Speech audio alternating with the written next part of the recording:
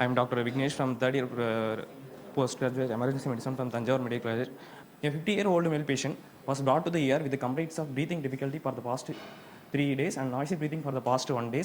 On primary survey, his airway was obstructed, inspiratory stridor is present and is comfortably sitting in C-spine is stable, and breathing was spontaneous breathing and symmetrical chest rise present.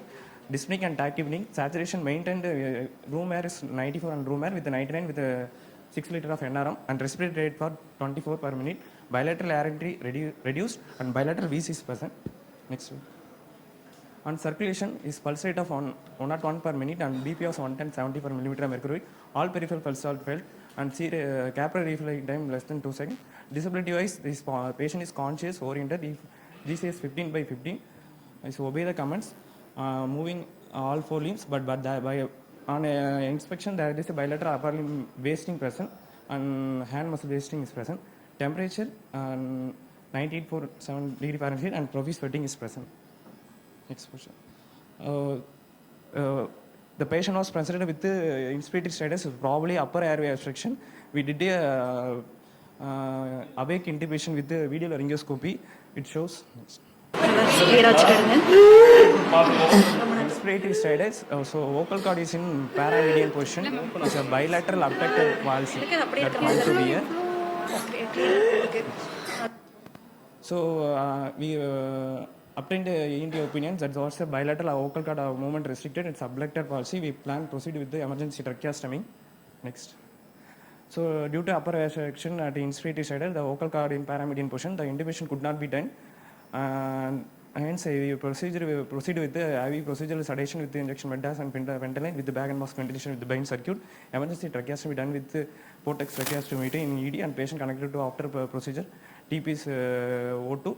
Then stridor was relieved and saturation was maintained. The post-procedure vitals was maintained and the patient obeyed the commands. Next. Then coming to secondary stage, the patient was apparently normal up to 5 days, then had a progressive breathlessness.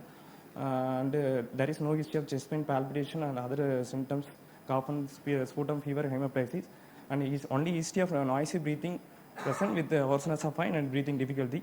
There is a chronic history of 3 years by weakness of all 4 limbs, initially started in the left upper limb and gradual and progress to distal and proximal. For the past 6 months, he is developed similar in the right upper limb and lower limb also. Next. Past history is a known case of COPD and regular medications, albuterol and deriphyllin. Last allergic history, no history of allergy to any drugs. Last meet was 8 a.m. Next.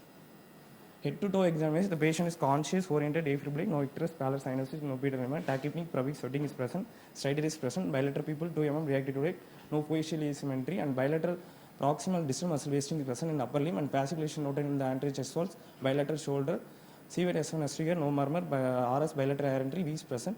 Paradons have no organomegaly. Coming to CNS examination, there is a distal bilateral hand muscle wasting present. There is a tongue fibrillation is also present.